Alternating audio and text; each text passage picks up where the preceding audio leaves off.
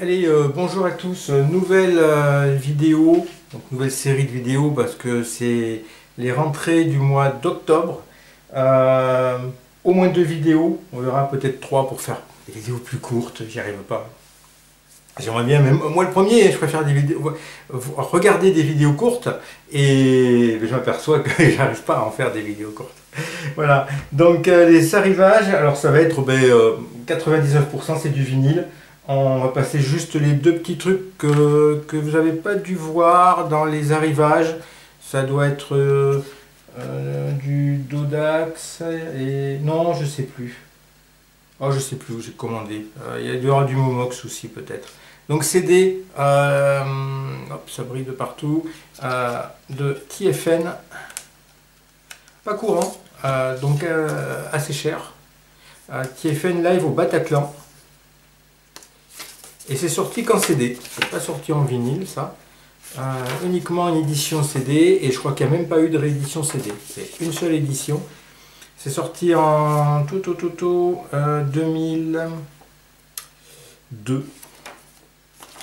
2002.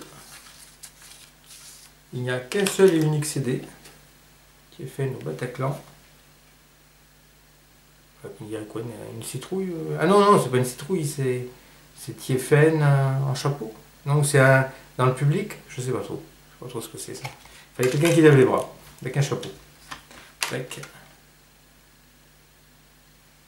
Bon, on retrouve toujours les mêmes titres. Les dingues et les paumés, redescendre climatisé, Soleil cherche futur, fin de partie. Voilà. Un DVD de Marc Almond, il en a fait pas mal des DVD. Ça c'est en concert en 2000 à Lokkersfesten, je sais pas comment on dit. C'était pas très cher, 5-6 euros je crois.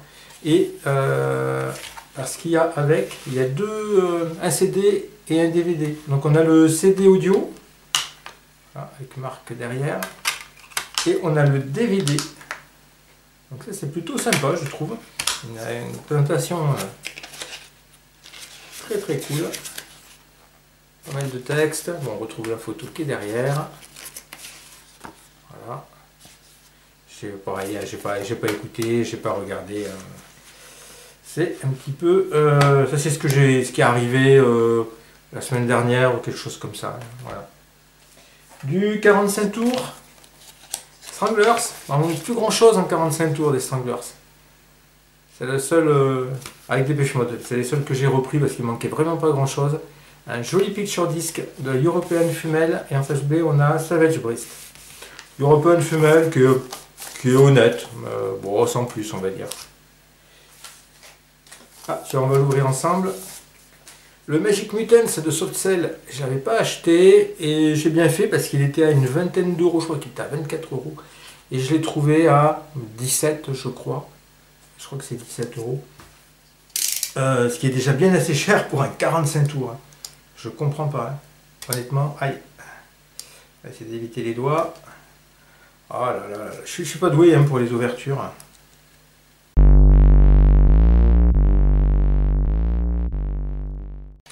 Je pense que c'est le seul 45 tours qui me manquait de Softcell.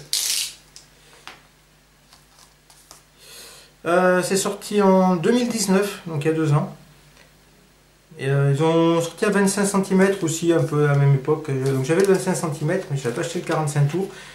C'est parmi les premiers titres de Softcell. Science Fiction Stories, Bleak is my favorite cliché, The Girl with the Patent Liver Face et Back to Nature. Et c'est dédicacé à Frank Tovey qui s'était suicidé. Sur le label Big Frog Record.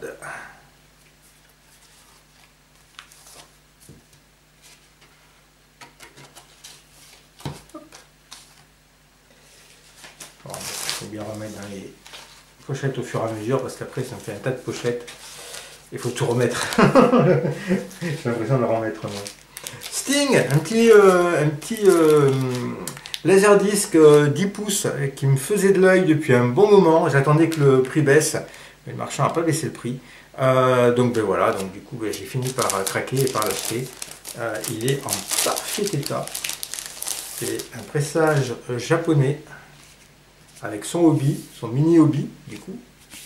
On n'a que 4 titres dessus. If you love somebody, set them free. Fortress around your heart. Love is the seventh wave et Richance. Et c'est sorti en 87. C'est très très beau. Alors, vraiment les pressages japonais. Hein. Je suis fan. Donc le laser disc avec la couleur rose reprise sur le hobby. Et on a normalement un petit insert dedans. Donc tout est mini. Ah, on a même un petit carton. Alors j'imagine que si on n'est pas content ou c'est notre avis, donner notre avis sur le laser disc, sur la qualité. Sting. Donc comme d'habitude en anglais, en japonais et un peu de pub pour les autres éditions de Police.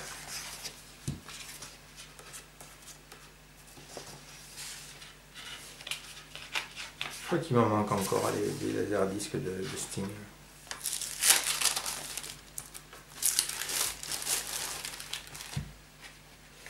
Hop.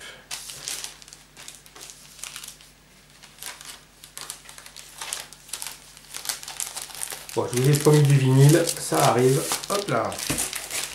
Voilà, tac, on a fait tout ce qui était un petit peu format, format 45 tours, CD, DVD et laserdisc. On va faire maintenant les maxi et les 30 cm, pas les albums. Voilà. Alors, très content celui-là, Manu Chao. J'étais passé à côté de 1 à 14 euros. Le temps que je me décide à le commander, il était déjà vendu sur Discog. Et donc j'ai laissé passer du temps, et je l'ai eu celui-là à 16 euros. Il est encore sous cellophane, donc il est ouvert, mais il y a encore le cellophane, donc la pochette est en parfait état. Mais vraiment. Un morceau que j'aime beaucoup de Manu Chao, Me Gustas Tu. Il y a une très bonne vidéo, j'aime beaucoup la vidéo aussi. En B-side, on a La Primavera, Infinita Tristeza. Des chouettes couvertures. Avec un Maxi 45, lui aussi en parfait état. Ah, ça se trouve plutôt aux alentours des 20 euros, quoi. Et pas forcément en aussi bon état. Donc, comme tout augmente, eh ben, notamment les disques, enfin notamment, y compris on va dire, y compris les disques, c'est toujours agréable de gagner quelques euros sur un achat. C'est une très bonne chanson, ça, Me Gustas Tu. C'était sorti en quoi, en 2000, ça, un truc comme ça 2001.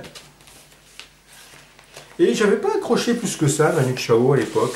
Ouais, et c'est bien des années après que je me suis mis à acheter les albums en vinyle, non pas en vinyle, en CD, et où je me suis dit, ah bah tiens, finalement, c'est quand même bien, un album, 2 albums, 3 albums, je dois avoir tous les albums de Manu Chao, et c'est vrai que maintenant, je regarde un petit peu les maxi. Alors, Liaison dangereuse, ça c'était pour compléter un colis, c'était un disque que je connaissais plus de noms que de contenu. Ça c'est une réédition, j'aurais préféré l'original qui est sorti en 81, mais il est bien sûr hors de prix. Donc, je prends la réédition, j'espère que le son est bon, parce que réédition, hein, il y a à boire et à manger. On va l'ouvrir ensemble.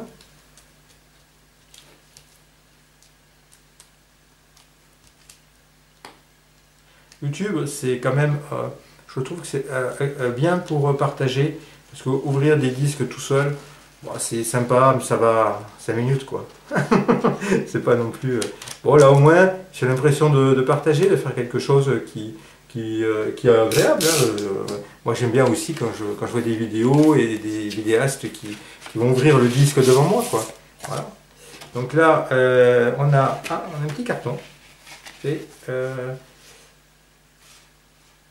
c'est un download code. Ah, il y a un download code avec Liaison dangereuse. Alors des fois on a des inserts, on a des trucs. Là c'est un download code avec celui-là.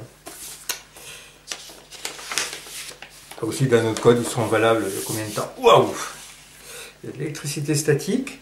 J'ai écouté rapidement sur YouTube, donc c'est de la New Wave, hein, Liaison dangereuse, et c'est assez varié. Et il y a Los Niños del Parque, c'est le morceau le plus connu, c'est celui que je connaissais moi, Los Niños del Parque. Il y a eu pas mal de remixes de ce titre. Être assis ou danser, apéritif de la mort, qu'est-ce qu'il fait chaud, mystère dans le brouillard, pour être, non peut-être pas, avant, après Mars, El Macho et la Nena, Dupont, liaison dangereuse. Voilà, donc c'était sorti en 81, c'est une réédition de 2014. Et voilà, c'est de la New Wave. Ça a l'air un petit peu hétéroclite comme New Wave. Des morceaux qui ont l'air très bons, d'autres peut-être un peu moins bons, mais l'ensemble, et le disque était pas cher, je sais plus combien je l'ai payé, mais il était pas trop cher, donc voilà. Et ça faisait longtemps que je connaissais de nom, que je connaissais le titre Los Niños del Parque, qui est un bon titre. Donc ils ont fait qu'un seul unique album à l'époque. Et donc bah, voilà, j'ai l'intégrale de Liaison dangereuse. Hein.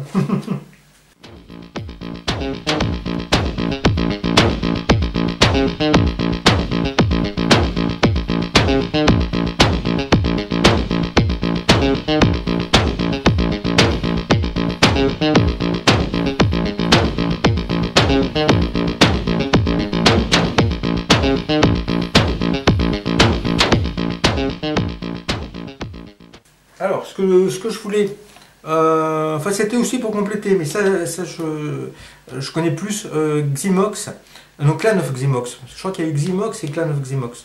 Et je crois qu'ils se sont séparés et après ça a fait plus que Ximox, un truc comme ça. Donc là c'est Clan of Ximox, c'est des Peel Sessions, donc ça c'est toujours bon les Peel Sessions. Hein. C'est en direct chez John Peel, qui est un présentateur anglais. Les Peel Sessions, alors je ne vais pas dire de bêtises, c'est la BBC, voilà, c'est la BBC. Donc 6 titres, dont Moscoviet Mosquito, qui est un excellent titre que je connais. Après, je connais moins le reste, mais avec une belle pochette. Et qu'est-ce qu'ils nous disent? Donc, c'est de la dark wave hollandaise dans sa plus grande forme. On va découvrir.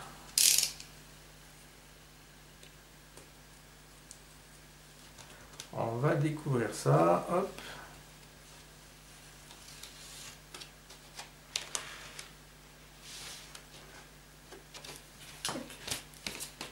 Donc on devrait avoir un insert.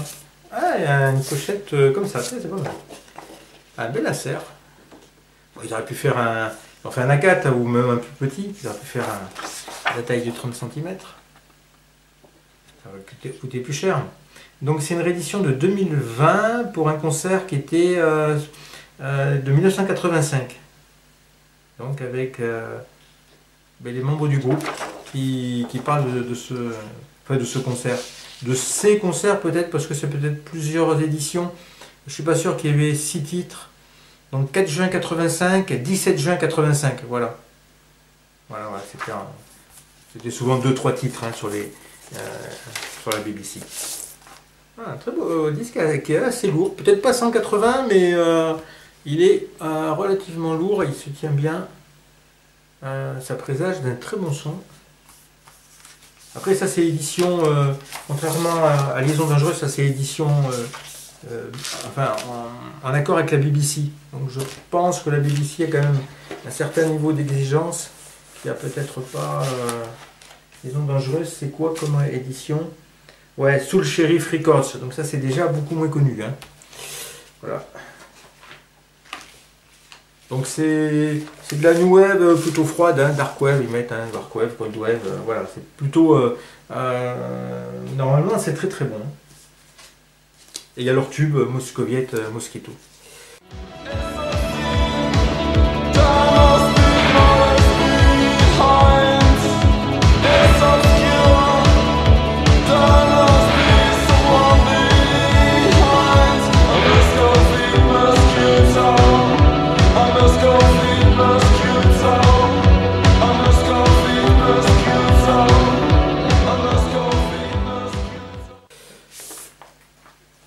Alors je l'ouvre, je me rappelle même plus ce que c'était. Ah oui, Richard Strange. Il y a un album qui doit arriver dans la pile, je crois. de ce que j'ai acheté en octobre. Richard Strange and the Engine Room, c'était vraiment pas cher, 4 euros, quelque chose comme ça. C'est un maxi de Lion's Den, un titre que j'ai écouté sur YouTube qui est bien. Je connaissais mal, on m'en avait parlé de Richard Strange, et je me dis bon, je connais pas, et j'ai envie de découvrir des tas d'autres artistes. J'en ai tellement déjà, tellement, que je suis plus complétiste sur un artiste que dans l'esprit de découvrir d'autres artistes encore, parce que j'aime bien voir l'ensemble d'une œuvre, de A à Z, voir l'évolution de l'artiste.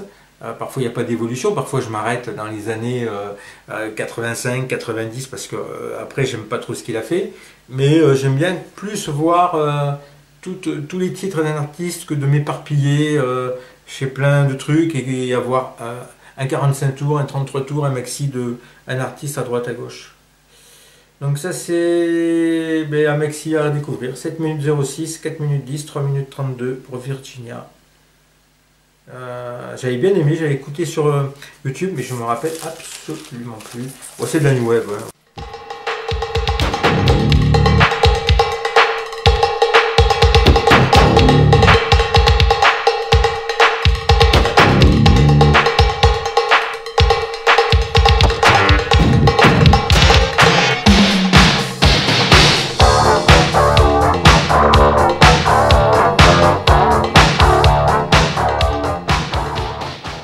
On quitte un peu la new wave là, un peu beaucoup. Idriss Muhammad. Idriss Muhammad, c'est plutôt de la disco funk. J'avais eu un maxi de lui que j'avais pas gardé parce que j'avais pas trop accroché. Celui-là est mieux. La face B, c'est la face B qui m'a plu. Comme c'était pareil, c'était pas cher. La face B, c'est Fox & Tin. Donc il y a Boogie Boots en face A qui est un peu scolaire. Boogie Boots. Ça fait un peu ouais, ça fait un peu école quoi, enfin je sais pas, c'est pas c'est Dorothée en version disco, hein. C'est pas très, enfin je sais pas. Fox & Tin par contre 7 minutes 10, ça j'ai plutôt bien aimé, à voir si je le garde. C'est de 79, hein, donc on est en pleine période disco. J'ai bien aimé, j'ai bien accroché à Fox & Tin. À voir en écoutant plusieurs fois. J'ai écouté 2 fois pour l'instant. C'est bien, c'est bien. Voilà. Ce qui m'embête, c'est que le titre principal, Boogie Boots, j'ai absolument pas aimé. Donc, enfin, c'est pas que ça soit mauvais, mais c'est que c'est un peu pour les gosses, quoi. On a l'impression, je vous dis, hein, d'écouter Dorothée, donc malgré le personnage, hein, il ressemble pas à Dorothée, mais ouais, je sais pas. J'ai chanté, je crois que c'est chanté par une femme. Hein.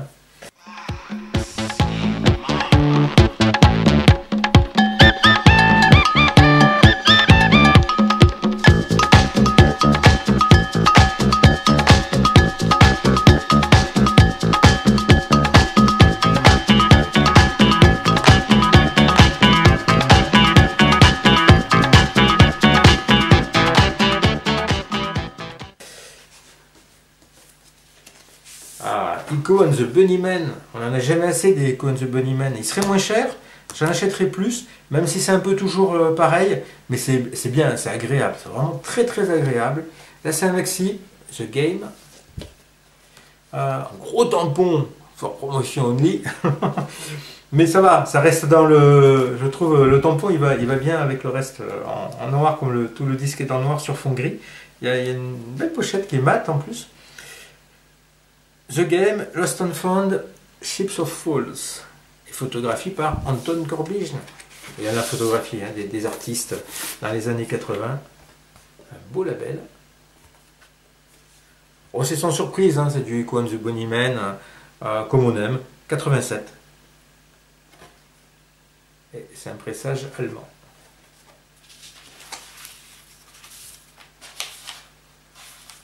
Comme je vous dis, comme je finalise pas mal de mes collections, j'ai de moins en moins de disques à acheter dans ma liste, issus de ma liste et de recherche. Et donc voilà, je me fais plusieurs en achetant un petit peu des artistes que j'ai en général déjà, mais voilà, ça me permet de compléter un petit peu en même temps, même si je ne vais jamais compléter totalement Echo and the Bunnymen. Tucker, alors ça je ne connaissais pas. C'est en recherchant pour compléter le colis, je tombe sur Tucker et je vois Joe Jackson. Et effectivement, band, composé et arrangé par Joe Jackson. Et je collectionne Joe Jackson. Et je ne savais pas. Il a fait la musique de Tucker, un film que je ne connais pas. J'ai écouté rapidement sur internet. C'est pas terrible. Bah, c'est plus. Apparemment, ça se passe dans les années 40, 50. Et donc, c'est de la musique de ces années-là, avec beaucoup de piano. Ça fait un peu piano bass string, là, les pianos dans les clubs. C'est pas. C'est pas fabuleux, mais c'est ce que j'ai écouté sur YouTube. Je n'ai pas encore écouté le disque. Donc, on a Joe Jackson au milieu. Les acteurs du film. Est-ce qu'ils nous disent le film de qui il est? Il y a quand même Jeff Bridges dans le film. Martin Landau. Martin Landau, je crois que c'était celui qui jouait dans Cosmos 1999. Donc Joe Jackson. Ah, c'est un film de Francis Ford Coppola. Ah ben ça alors. Ah, il faudrait que j'essaye de le trouver. Ah ben je connaissais pas. Ah, c'est la musique de. C'est un film de Coppola.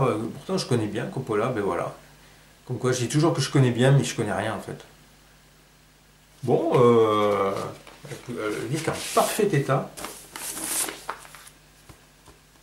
Pochette et vinyle. Ah, ça m'embête. Un film de Coppola que je ne connais pas.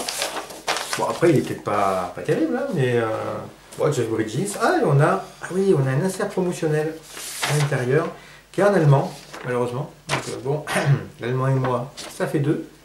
Mais c'est toujours sympa de l'avoir.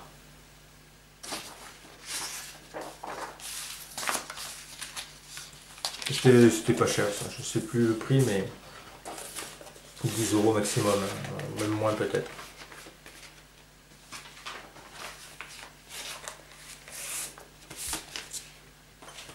Le vendeur avait aussi un disque de Bowie, film Cabaret, ou le film, je sais plus le film, peut-être Cabaret, et dans lequel en fait il joue, mais il ne chante pas. Alors il est en photo sur la pochette du coup, mais comme il chante pas, voilà. Ah, ce disque, Driving Home for Christmas, le dernier disque de Chris Rea que je cherchais. Impossible à avoir à prix correct pendant longtemps, et celui-là était un prix correct. Voilà. Je ne me rappelle plus maintenant, mais je dirais dans les 20 € je crois, peut-être un peu moins, entre 15 et 20, ce qui est cher pour un maxi de Chris Rea, parce que Chris Rea n'est pas vraiment très coté. C'est sorti en 88. C'est sorti Driving Home for Christmas, est sorti aussi en face B, je crois, de Joys of Christmas ou un truc comme ça. Voilà. Donc c'était déjà sorti sur un autre maxi, mais là c'est la face A, ce Christmas Hippie, parce qu'il y a 4 titres. Et je me demande en plus si ce sapin, si j'avais pas déjà vu à une époque où j'avais arrêté de collectionner Chris Rea avant de reprendre. Et que j'avais vu dans des bacs à 5 € au moins. Hein. Ça c'est fort possible. Beau label vert, allemand j'imagine. Ouais. Donc j'ai tous les maxi et je dois avoir tous les albums années 70-80 et début 90. J'ai jusqu'à l'album The Road to Hell. Un magnifique album. Non, à Auberge même. J'ai jusqu'à Auberge qui était sorti après. Et là il est en parfait état. Donc c'était un des moins chers sur Discog et dans cet état-là. Donc là, ça y est. On finit en beauté la collecte de Chris Rea. Theater of Hate. Je suis déçu. J'en avais acheté un autre chez un autre vendeur. Et le vendeur, je ne sais plus pour quelle raison, ouais, il m'a dit que les frais de port étaient mal calculés, qu'il fallait rajouter 7-8 € sur ma commande si je la voulais. Donc il a annulé ma commande. Et après, quelques jours plus tard, il s'est ravisé, il m'a dit ah, bon, on peut couper la poire en deux, parce qu'il a vu que je n'avais pas recommandé derrière, forcément. Les frais de port, c'est les frais de port, hein. Il ne va pas me les changer, on n'en finit jamais, quoi, hein. Donc du coup, il y avait un autre Theater of Fate que j'aurais bien voulu avoir et que je n'ai pas eu. Mais je vais me contenter de celui-là, parce que celui-là, le vendeur me l'a vendu au prix affiché. Do You Believe in the Westworld. Donc ça, c'est l'album, ou c'est le maxi? C'est le maxi. On a la plus version en re-recorded et original scene. Bon, un des grands succès de Theater of Fate. On avait déballé ensemble l'album, le 33 tours. Do You Believe in the Westworld? Je crois que c'est le nom du 33 tours aussi. J'ai toujours pas compris ce que c'était cet instrument-là. Aussi une alarme? Ah, c'est peut-être une alarme de sac, un petit ou en cas d'agression? Je sais pas. Je sais pas trop. Donc un beau maxi. Donc ça c'est de la new wave qui tire un peu sur le gothique. C'est même plus un gothique, moi je trouve. Ouais, ça va plus sur le gothique. Il y a beaucoup d'emphase dans le chant.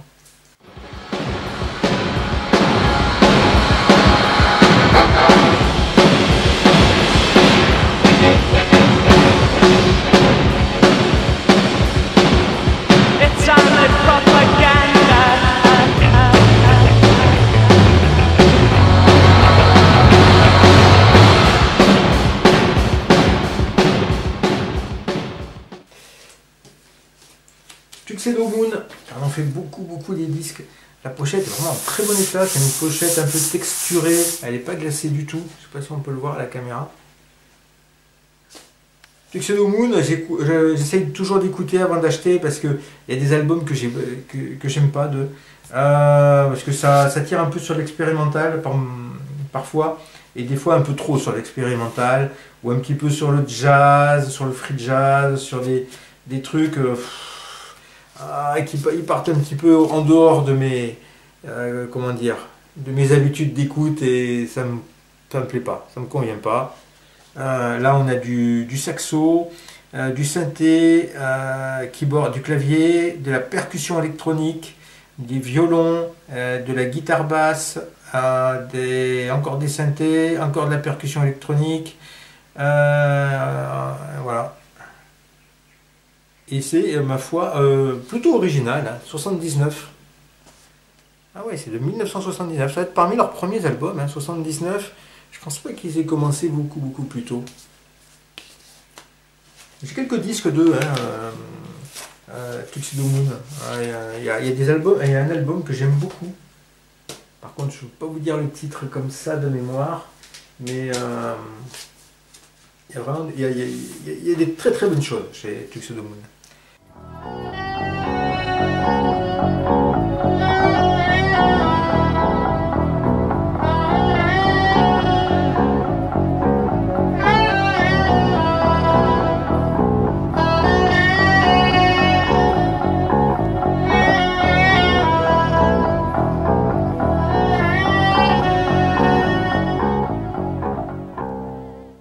Alan Vega, Saturn Strip, j'avais hésité à l'acheter précédemment, et puis là le vendeur l'avait à un prix très correct, et je me dis bah allez, pourquoi pas. J'ai déjà d'autres albums de Alan Vega, j'avais pas celui-là. 1983, c'est le Pressage US, c'est un peu ce qui m'a motivé, quoi. Pressage US de 83, je dis ah, allez, c'est l'occasion. Ah, dessus on a Saturn Drive, le titre principal, qui est excellent, que j'aime beaucoup. J'avais acheté le maxi il n'y a pas longtemps de Saturn Drive. Alors c'est un peu en dents de scie. Il y a des titres qui rappellent un petit peu le rockabilly, un rockabilly électronique.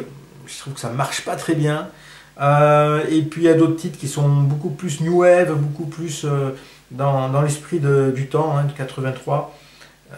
Produit par Rico Kazek. Donc Alan Vega, hein, c'est la seconde moitié de Suicide. On a une belle sous-pochette Electra Asylum Records and Tapes avec une pub pour les autres artistes du label, distribué par le label, parce que je vois qu'il y a les Doors, Queen était chez Electra. Ah bon? Je sais qu'il y avait les Doors chez Electra, mais Queen, ben, apparemment, Queen était chez Electra aux États-Unis. Bon, ben, s'ils me disent, on va les croire. Joli, hein, beau label Electra, j'aime bien. Et bah après, faut écouter. C'est vraiment Saturn Drive qui est bien. Videobeb est pas mal aussi.